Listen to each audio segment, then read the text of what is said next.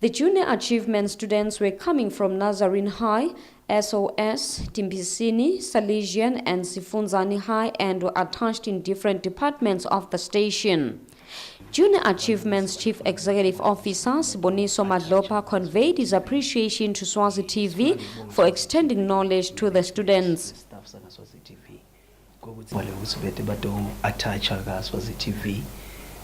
Sifuna ngibonga Swazi TV management ne staff sana Swazi TV ukuthi bavume lokho ukuthi babe ingcenye yalo msebenzi lo.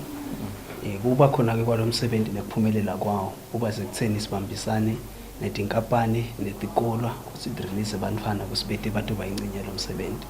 So siyabonga ke lokho ukuthi tonke letho ndlela letho thambe kahle acting CEO and sibonga ke ukuthi sidena sibona bomabona kuze sababona abantwana basho ukuthi bahambe kahle kakhulu kulo msebenzi we-attach la kaSwazi TV.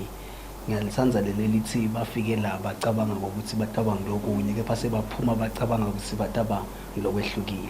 Swazi TV's acting CEO Titus Mavimbela thanked Junior Achievement for believing that the institution will be able to give their students the necessary knowledge which will also help them choose the right careers when they finish school.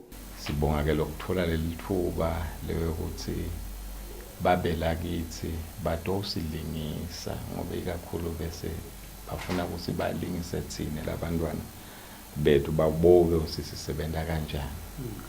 Balitholile ke leli thuba labo bo manager nje bebaba nabo liviki lonke bebashinjana uthole kusilomye umntwana songalapha bonke bayafunza siyathemba ukuthi lokulaba bebafuna ukuthola bakutholile. The students were then awarded with certificates to mark the end of their training.